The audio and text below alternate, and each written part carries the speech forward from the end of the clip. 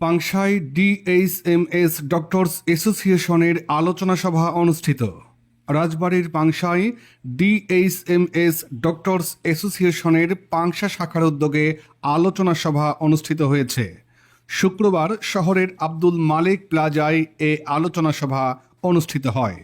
DHMS doctors association Pangsha উপজেলা শাখার সভাপতি ডাক্তার স্বপন কুমার মণ্ডলের সভাপতিত্বে ও ডিএইচএমএস ডক্টরস অ্যাসোসিয়েশন পাংশা উপজেলা শাখার সাধারণ সম্পাদক ডাক্তার আব্দুল হাই সিদ্দিক এর সঞ্চালনায় আলোচনা সভায় অতিথি হিসেবে এ সময় বক্তব্য রাখেন রাজবাড়ী হোমিওপ্যাথিক মেডিকেল কলেজের ভারপ্রাপ্ত অধ্যক্ষ ডাক্তার রামমোহন সর্দার, ডিএইচএমএস ডক্টরস অ্যাসোসিয়েশনের রাজবাড়ী জেলা শাখার সদস্য সচিব doctor Mohammad Amirul Islam, DHMS doctors association Pangsha উপজেলা শাখার সহসভাপতি পাংশা সরকারি কলেজের শিক্ষক শিবশঙ্কর চক্রবর্তী, ডক্টর জয় কুমার বিশ্বাস, ডাক্তার বিল্লাল হোসেন, ডাক্তার আব্দুল মজিদ মিয়া, ডাক্তার আমিরুল ইসলাম প্রমুখ।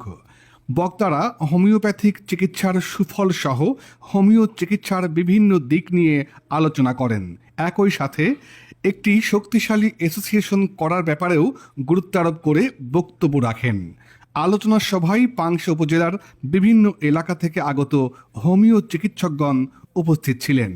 অনুষ্ঠানের শেষের দিকে পাংশার মৃত 2 হোমিও চিকিৎসকের জন্য দোয়া অনুষ্ঠান অনুষ্ঠিত হয়।